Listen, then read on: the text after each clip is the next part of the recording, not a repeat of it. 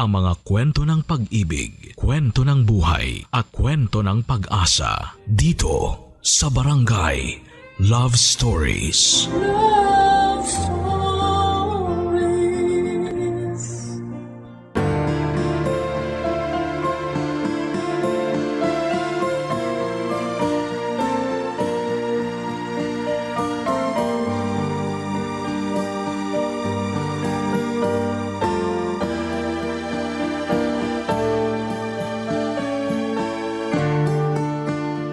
Habang may buhay ay may pag-asa.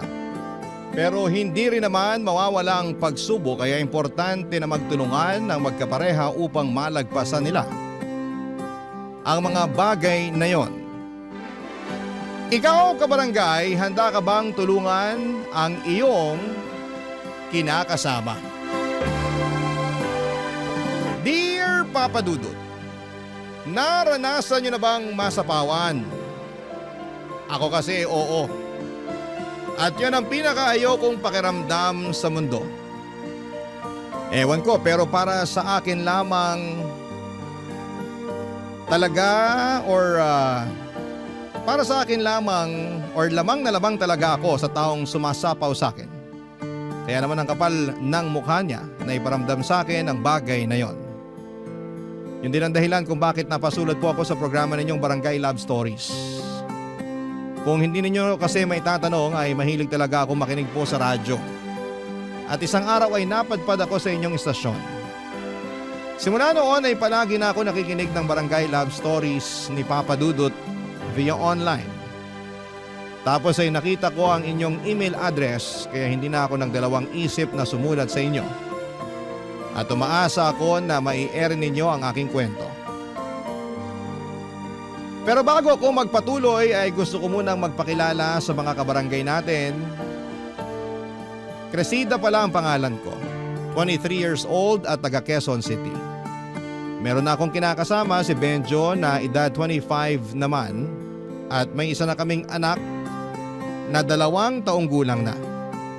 Sa kasalukuyan ay nakatira kami sa bahay nila dito sa Barangay Commonwealth sa Quezon City.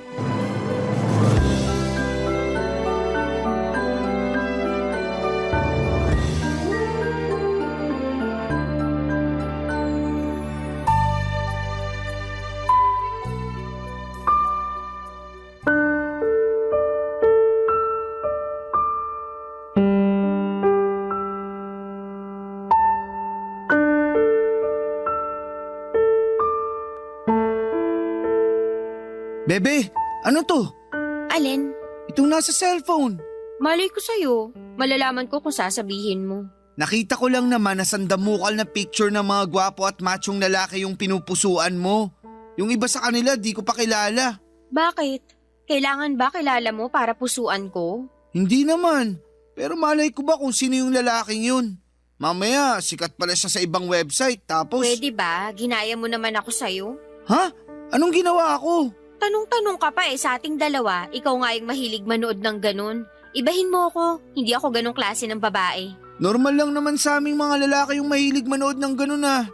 Pero hindi ko pinupusuan yung mga babaeng napapanood ko dun kasi loyal ako sa'yo. Ikaw lang, sapat na. Ew, kadiri ka. Anong kadiri dun? Basta kadiri ka. Wag mo na ulit-uulitin yun Ang corny kasi. Parang eng-eng naman to. May nalalaman ka pang corny pero noon kilig na kilig ka kapag bumabanat ako sa'yo. Noon yun, hindi na ngayon. Kaya nga tigilan mo yan kung ayaw mo ikaw yung banatan ko. Sungit naman ito. Siguro may iba ka nang nagugustuhang lalaki, no? Ha? Pinagsasasabi mo? Mabalik lang tayo dito sa mga pinagpupusuan mo. Akala mo ba magandang gawain to? Lalo na't meron ka ng anak at kinakasama? Ano na lang sasabihin sa'yo ng mga makakakilala sa pinagagagawa mo? Sige nga. Kung makapagsalita ka naman dyan, kita ko na yung ngalangala mo. Galit na galit, gustong manakit. Saka sa tono mo para namang nakapatay ako ng tao, pumuso lang naman ako ng mga gwapo at machong lalaki sa Facebook. Alam ko na. Ano yun? Siguro naapakan ego mo, no? Ha? Ano yung ego? Ay naku, kahit kailan napakahina ng utak mo. Gamit-gamitin mo naman yan. Sige ka, baka kalawangin yan. Bakit kasi di mo na lang sagutin tanong ko?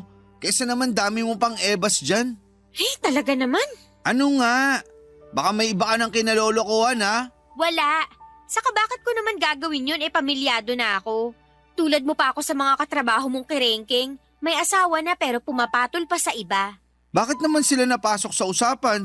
Gusto ko lang, bakit din ba? Saka imbis na pagbintangan mo ko ng ganyan, tinanong mo na ba sarili mo kung matino kang lalaki kaya hindi kita dapat palitan? Anong ibig mong sabihin? Lahat na lang ba talaga kailangan kong ipaliwanag sa'yo? Mag-isip ka naman mag-isa, huwag kang laging umasa sa akin, no? Anong magagawa ko? Kung yung mga sinasabi mo, ikaw lang madalas nakakaintindi. Malamang, magtatanong ako kung anong ibig mong sabihin. Masama ba yun? Oo, masama yun kaya itiko mo na lang yung bunganga mo.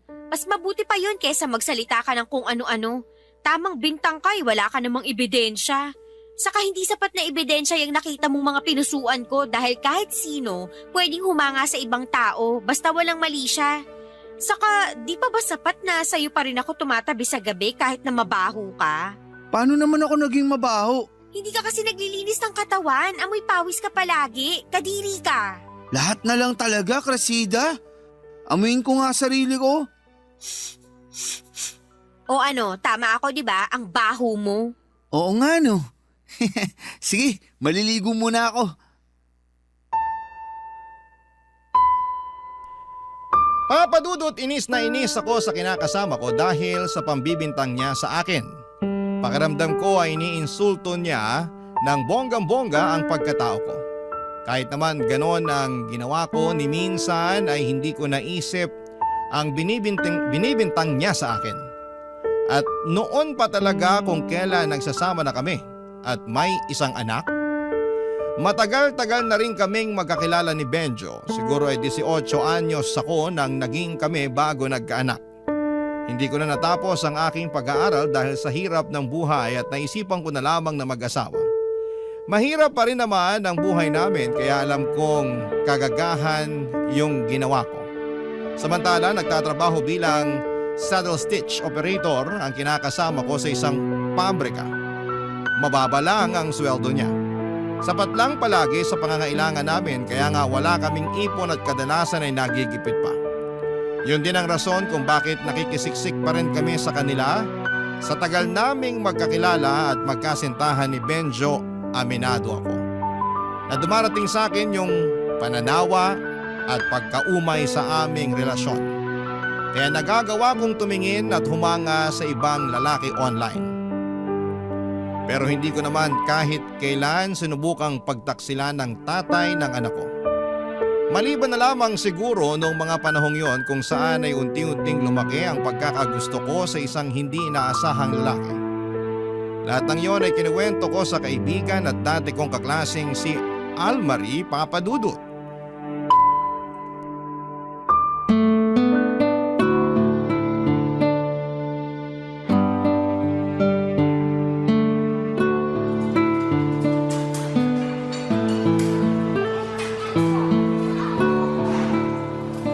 Naku, thank you kasi dinalaw mo naman ako at nilabas. Nung nakarang araw ko pa gustong kumain dito ng burger at fries. Pansin ko nga, panay ka shared post ng mga pagkain na gusto mong kainin.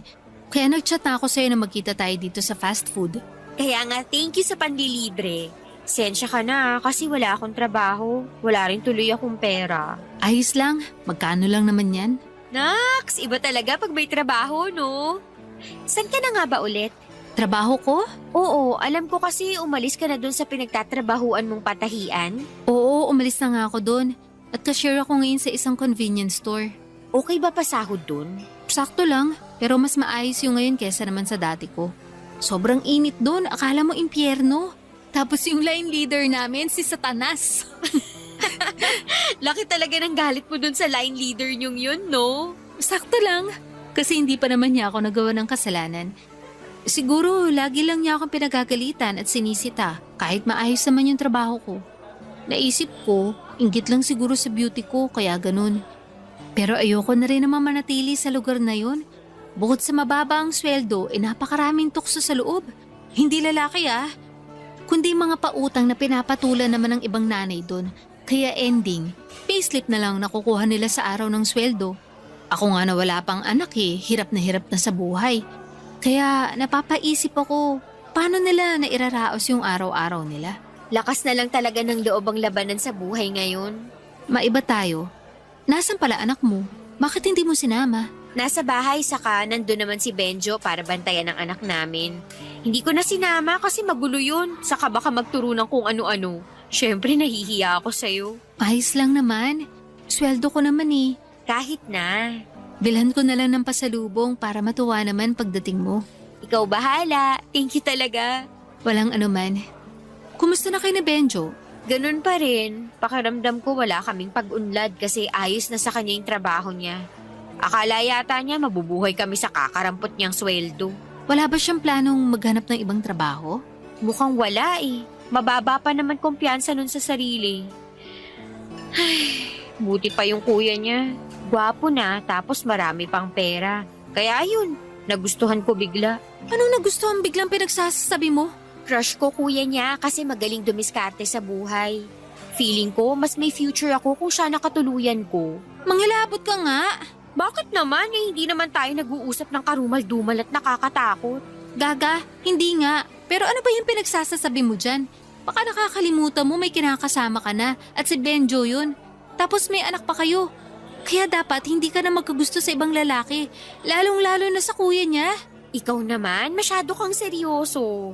Siyempre alam ko naman lahat yun, saka simpleng crush lang naman tong nararamdaman ko sa kuya niya. Simple raw. Pero naisip mo nga na mas may future ka kung kuya niyang nakatuluyan mo. Hanggang dun lang naman yun, kasi imposible nang mangyari. Ikaw na may sabi na kinakasama ko na si Benjo. Saka kasalanan naman niya kung bakit nagkagusto ko sa kuya niya. Kung matino sana siyang kinakasama, kung may pangarap sana siya sa amin ng anak niya, di hindi ko maiisip yung bagay na yun. Papadudot, napakagwapo ng kuya ni Benjo. Well, gwapo rin naman ang kinakasama ko, pero lamang ng isang paligo ang kuya niya. Ito ang buhay na patunay ng tall, dark and handsome, kaya hindi ninyo ako masisisi kung nagkagusto ako sa kanya.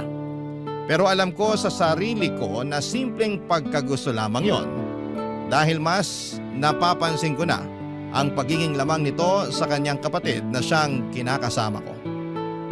Pero kahit na ganoon, alam ko pa rin naman ang limitations ko. Alam ko na tatay pa rin ang anak ko si Benjo at kahit na anuman ang mangyari. Kahit mag-away pa kami araw-araw at maaburido ako sa pagmumukha niya, ay siya pa rin ang dapat kong piliin. Kaya nga sa abot ng makakaya ko ay sinaway ko ang aking puso na mahulog ng husto at ma-fall in love sa kuya ni Benjo upang hindi na lumala pa ang aming sitwasyon. Barangay Love Stories. Barangay Love Stories. Papadudot, gaya ng sinabi ko ay pinigilan kong lumalim ang pagkagusto ko sa kuya ng aking kinakasama. Nandun yung todo iwas ako sa kanya dahil likas dito yung mahilig makipagkwentuhan. Kumpara kay Benjo at nagtatrabaho sa call center ang kuya niya at inggit na inggit ako sa sweldo nito dahil mas malaki kesa sa kinakasama ko. Ilang beses ko na rin sinabihan si Benjo na subukang mag-ahente pero ayaw niya kasi hindi raw siya magaling mag-English at mas sanay na siya sa ginagawa niya bilang machine operator. Siyempre sinabihan at tinanong ko siya kung paano kami makakapag-ipon pambukod namin sa bahay kung hindi niya lalakihan ang sweldo niya pero mukhang walang pangarap na makaalis sa poder ng mga magulang nila ang kinakasama ko. Simula po noon ay tinamad na ako kay Benjo at mas lalong natuon ang atensyon ko sa kuya niya. Kung noon ay iniiwasan ko pa ito, ay bigla na lang todo sip-sip ako sa kanya. Paanong hindi nakakahiram ako ng pera sa kuya niya kapag nagigipit ang pamilya namin ni Benjo, Papadudot.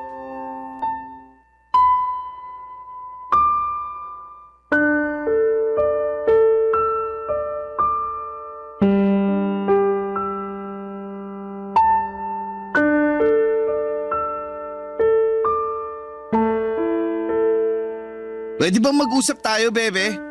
Nag-uusap tungkol saan? Saka bakit ganyan tono mo? Tinawag mo pa akong bebe kung galit ka naman. Paanong di ako magagalit? Akala mo di ako nakakahalata na masyado kang sumisip-sip sa kuya ko? Pinagsasasabi mo dyan. Panay kayo usap, tawanan at biruan. Mas kinukumusta mo pa nga siya kaysa sa akin na kinakasama at tatay ng anak mo. Akala mo di ko napapansin no? Pwes, diyan ka nagkakamali. Oh, masama bang kausapin, makipagtawanan at makipagbiroan sa kuya mo? Baka nakakalimutan mong nakatira tayo sa iisang bubong. Natural, magkukrus ang landas namin. Alangan namang di ko siya kausapin, di ba? Gusto mo pa yata kaming gawa ng issue? Hindi naman sa ganun, pero Sabihin mo, masyado kang malisyoso. hindi ako malisyoso. Anong tawag mo dyan sa mga pinagsasasabi mo kung hindi mali siya, Aber? Malisyoso ka. Binibigyan mo ng kulay yung pag-uusap at pagtatawanan namin ang dahil lang sa ano ulit yon? Hindi kita makamusta ka mo? Oo, tsaka totoo naman yun. Hindi yun totoo. Masyado ka lang madrama. Alam mo, napipiko na ako sa kaartehan mo eh. Kung makapagsalita ka dyan, akala mo hindi mo kapatid yung pinag-uusapan dito. Anong tawag doon? Hirap sa'yo, di ka makalata eh.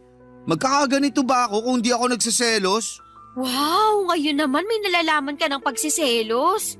Tama talaga ako na masyado ka lang malisyoso kasi wala namang rason para magselos ka. Anong magagawa ko? Sa'yo yun yung nararamdaman ko. Ikaw naman kasi, kasalanan mo. Bakit bigla ako naging kasalanan? Sige nga. Sinabi ko na, di ba? Masyado kayong close. Hindi ako sanay. Sinabi ko na rin naman na kuya mo yun. Magselos ka kung sa ibang lalaki ako makipag-close. Ayun, sige, papayagan kitang mag-alboroto na parang bulkan. Baka nga ako pa humingi ng dispensa sa'yo. Pero utang na loob naman. Benjo, kuya mo yun. Ay, sensya na. Hindi ko lang talaga mapigilan.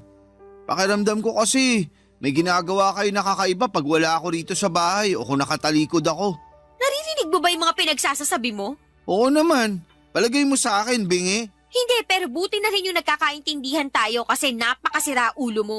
Bakit naman ako biglang naging siraulo? Tanong-tanong ka pa talaga, bakit nga ba? Sige, ikaw sumagot. Bebe naman eh. Huwag mo ko mabebe-bebe, naiirita ako sa pagbumuka mo. Akala ko naman kung anong sasabihin mo tapos ikaw pa galit nung niyaya mo ako makipag-usap. Alam mo, sumusobra ka na eh. Nung nakaraang araw mo pa ako pinagbibintangang may ibang lalaki dahil lang sa mga picture na pinupusuan ko sa Facebook. Tapos ngayon bibigyan mo ng kulay yung pagiging close namin ng kuya mo? Mahiya ka nga sa kulay ng balat mo, uy. Bakit naman ako mahihiya? Basta, isipin mo, gamitin mo yung utak mo para naman hindi ka lawangin. Kayamot ka talaga, Benjo. Ay, paano kung narinig ng kuya mo yung mga pinagsasasabi mo, Aber? Ano na lang iisipin nun? Hindi ka na talaga nahiya? Dami-dami na nating pabor sa kanya tapos gaganyanin mo pa siya? Hindi ko naman sinasadya. Siguro napangunahan lang ako ng init ng ulo tsaka selos. Init ng ulo sa kapagsiselos mo na wala sa lugar yung magdadala sa atin sa kapahamakan eh. Imbis na magselos ka o magalit dyan, bakit hindi mo na lang kaya gayahin yung kuya mo? Dumiskarte ka sa buhay katulad niya para naman hindi na natin kailangan humiram ng pera sa kanya sa tuwing nagigipit tayo.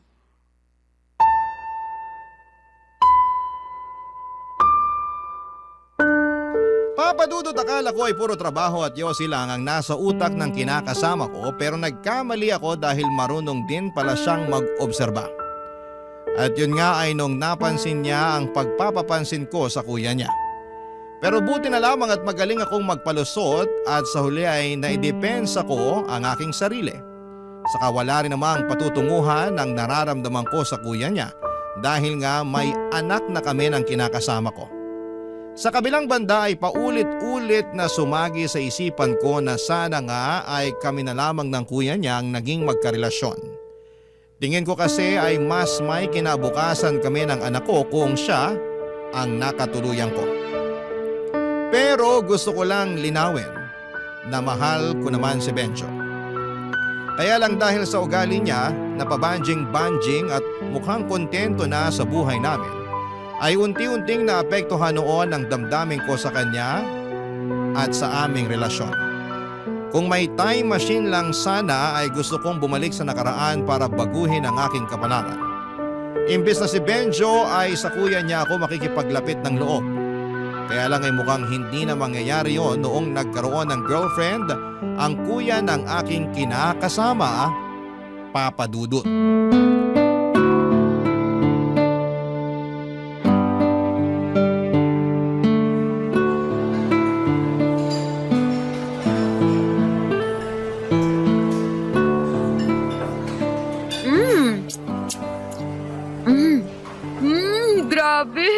Sobrang sarap naman talaga nitong fried chicken at spaghetti nila. Paresan mo pa ng malamig na pineapple juice, solve na solve ang cravings ko. Hinay-hinay lang. Baka mabulunan ka eh. Sensya na, hindi pa kasi ako nanananghalian kaya gutom na gutom ako. Buti na lang talaga niyaya mo ulit ako na makipagkita sa'yo at thank you sa libre mo. Walang anuman. Pero bakit hindi ka pa nanananghalian? 3:00 na ng hapon oh. Bad trip ako eh. Kaya nawalan ako ng gana kumain sa bahay kanina. May nangyari ba? Huhulaan ko. Nag-away kayo ni Benjo. Sakto, rest day niya ngayon, di ba? Kasi linggo. Oo, kaya nga sa kanya ko ulit iniwan anak namin pero hindi kami nag-away. Bakit ka nga kasi na bad trip tapos nawalan ka pa ng ganang kumain?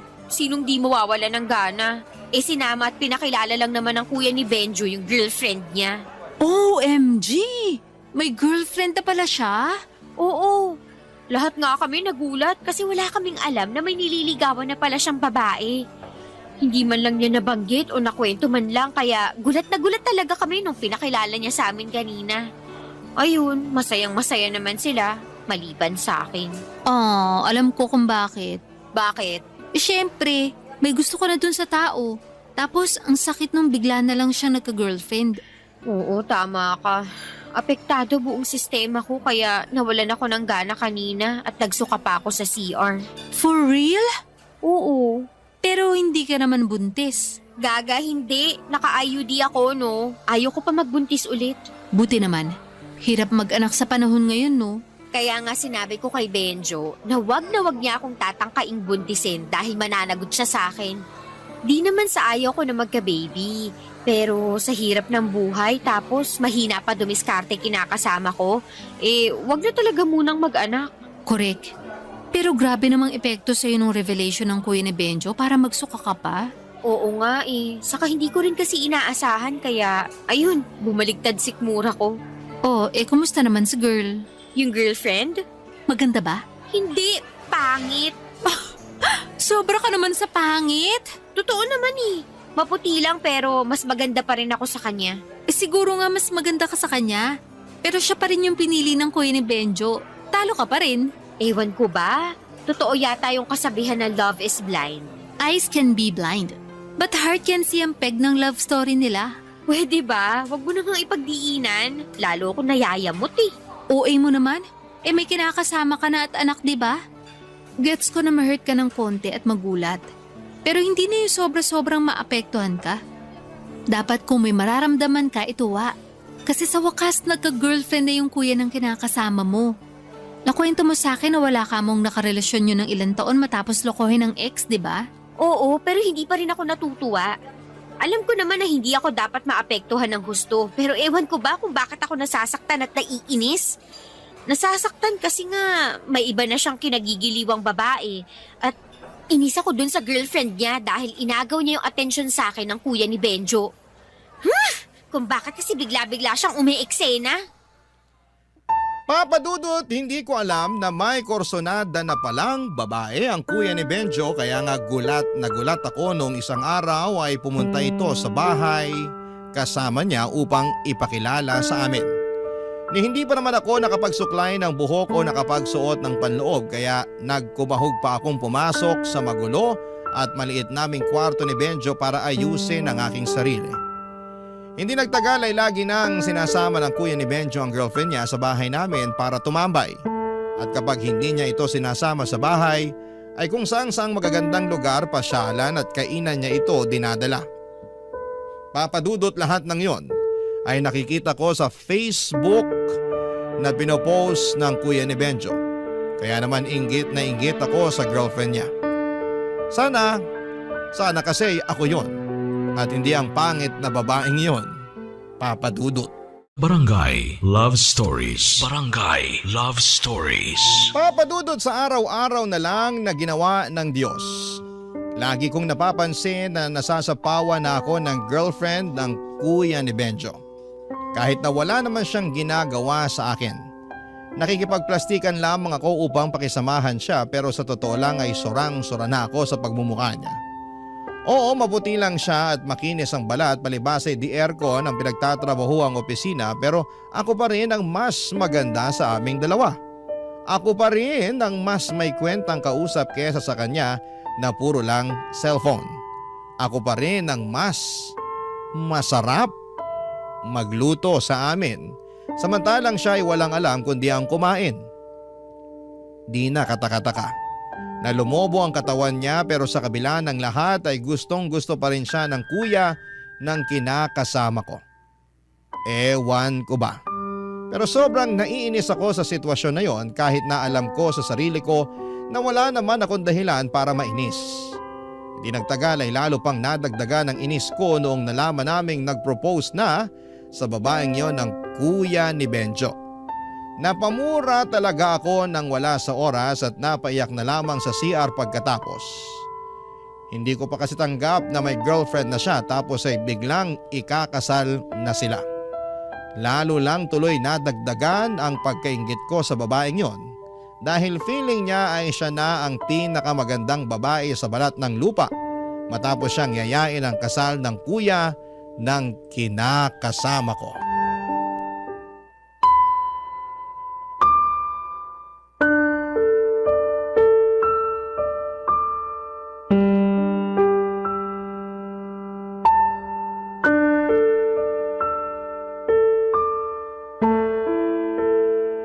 Grabe si kuya, no?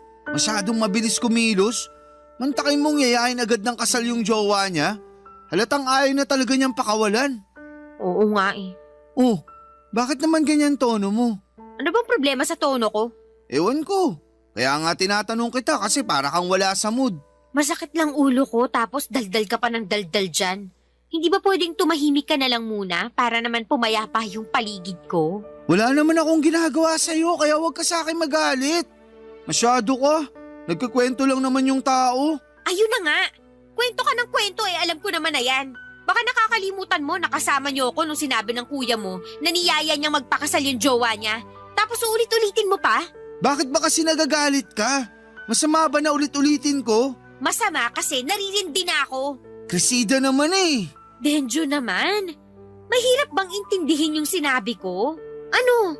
Ayaw mo na namang gamitin utak mo? Siguro ang kapal na ng kalawang niyan kasi hindi na talaga gumagana. Sobra ka naman magsalita. Parang hindi mo ako kinakasama kung insultuhin mo ako ah. Hindi kita iniinsulto pero kung yan ang nararamdaman mo, problema mo na yun.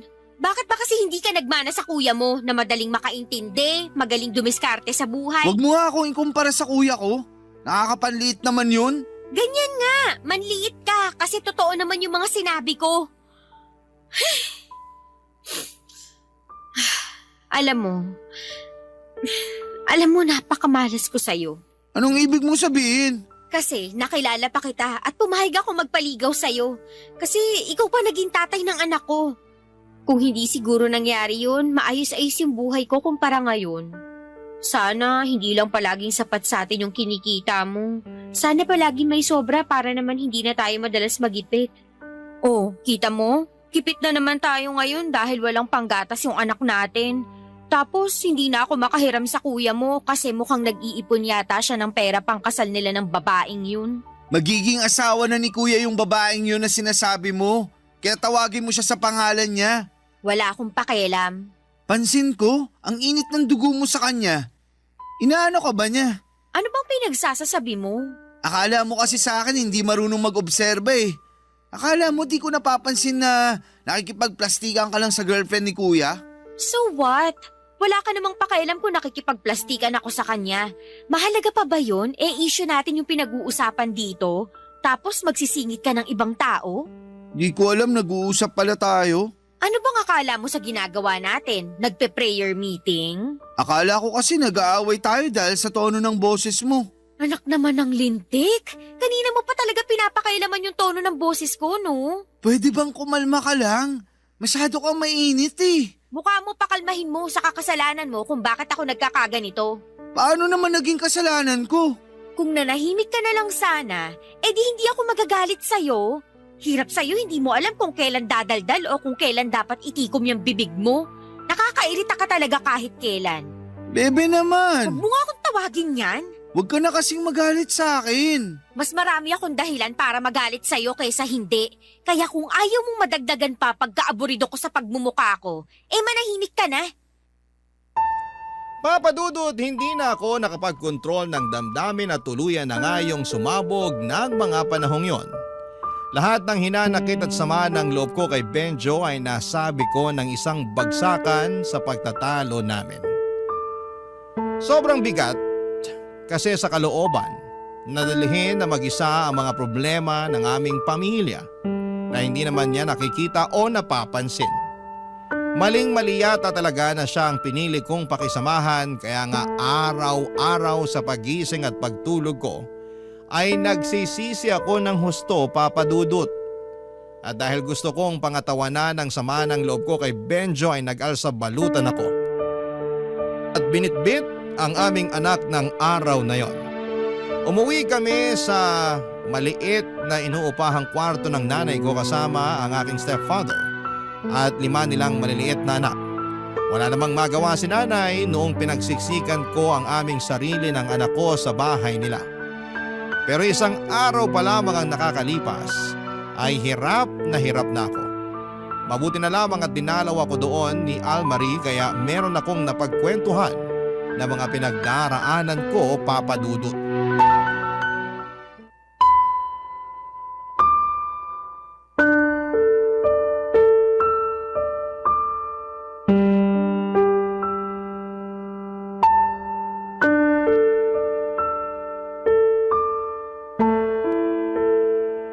Pasensya ka na, natagalan ako lumabas kasi pinatulog ko pa yung anak ko.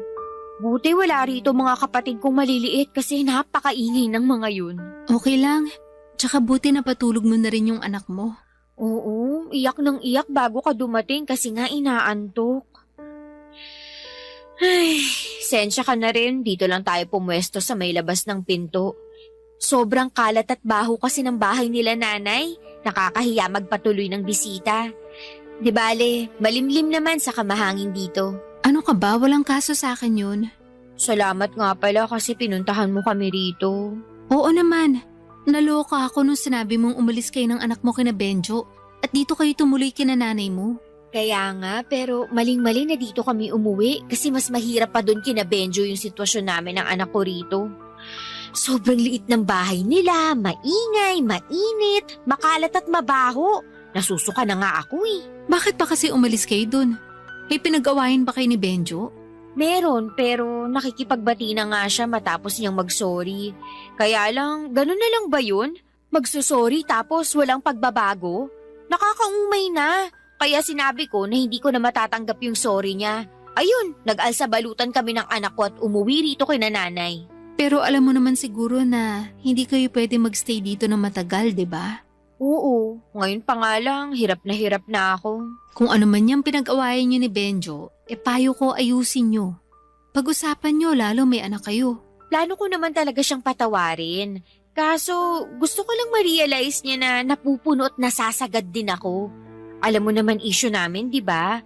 Yung tungkol pa rin sa pagiging kontento niya sa buhay namin tapos nadadagdagan pa ng ibang problema sa pera dahil hindi na rin kami nakakahiram sa kuya niya. Wala kinausap na kami na nagtitipid daw siya gawa ng ikakasal na. Sumabay pa talaga yung bagay na yun, nakakainis. Hindi naman siguro tama na mainis ka sa kuya ni Benjo dahil lang gusto niyang magtipid para sa kasal nila. Unfair yun sa kanya. Ay, alam ko naman yun, pero hindi ko lang mapigilan. Kung may dapat magsisihin dito, si Benjo yun. Siya pa talaga yung may ganang magsabi na wag ko siyang ikumpara sa kuya niya. Kakumpara-kumpara naman kasi siya. Saka ginagawa ko lang naman yun para maisip niya na gayahin kuya niya sa pagiging masikap at madiskarte sa buhay. Para kasing walang pangarap sa pamilya namin yung kinakasama ko. Kontento na lang siya na nakakakain 3 beses sa isang araw. Tapos magagalit pa sa akin kung hindi masarap ang ulam. Tama ba yun? Siyempre, mali yun. Kaya hindi mo ko masisisi kung napuno na ako. Kung bakit naisipan ko na lang na umalis para maramdaman ni Benjo na sagad na pasensya ko sa kanya. Ilang taon na kaming magkasama at lumalaki na rin yung anak namin. Pero ganun pa rin buhay namin. Hindi na kami umasenso. Ni ayaw niya pa akong payagang magtrabaho. Nakakagalit na sobra. Buti pa yung kuya niya at magiging asawa nito. Mukhang malayong mararating sa buhay. Sana kami rin ni Benjo. Hindi yung mukhang sa kangkungan na lang kami pupulutin nito. Hindi naman siguro mangyayari yun. Alam ko malalagpasan nyo rin to. Walang permanente sa mundo, kahit na yung paghihirap ng tao. Basta mag-usap lang kayo na mabuti ni Benjo at bigyan mo siya ng palugit. Siguro naman makakapag-isip na siya ng matino. Kasi alam niya na pwede kayo mawala sa kanya ng tuluyan pag nagpatuloy pa yung ugali niyang yun. Ewan ko na lang talaga kung makikinig si Benjo. Papa Dudut, kahit gusto kong umasa na magbabago si Benjo, ay mas nananaig pa rin sa akin ang kawalang pag-asa ng mga panahong yon. Pero dahil alam kong hindi naman kami pwedeng manatili ng matagal kina nanay, ay sumama ako pabalik sa bahay ng kinakasama ko noong pinuntahan niya kami ng aming anak upang suyuin ako at makipagbati sa akin. Pero nananatili pa rin masama ang loob ko sa kanya at kahit na nagkapatawaran na kami ay nandun pa rin yung hinanakit ko para kay Benjo. Hanggang ngayon ay inggit na inggit pa rin ako sa mapapangasawa ng kuya niya. Hindi ko mapigilang mapasa na all dahil napakaswerte ng babaeng yon sa kapatid ni Benjo. Samantalang ako sinalo ko na yata lahat ng kamalasan sa mundo. Ewan kung may katapusan pa ba ito o sadyang hanggang dito na lamang ang buhay namin ang kinakasama ko. Sana po ay mabigyan ninyo kami ng payo. Ayaw ko namang masira ang pamilya namin ni Benjo kaya babasahin ko na lahat ng mga masasabi ninyong advice. Hanggang dito na lamang po, Papa Dudut, ang sulat ko at sana'y mapayuhan ninyo ako at ng mga kabarangay natin dahil malaking bagay yon sa amin ng kinakasama ko. God bless and more power po sa Barangay Love Stories sa Barangay LS. Number 1 kayo sa puso ko. Ang inyong forever, kapuso at kabarangay, Cresida. Nalilito pa rin sa life ang ating kabarangay. Ano kaya ang maipapayo mo sa kanya? Ibahagi mo yan sa ating comment section para mabasa rin niya.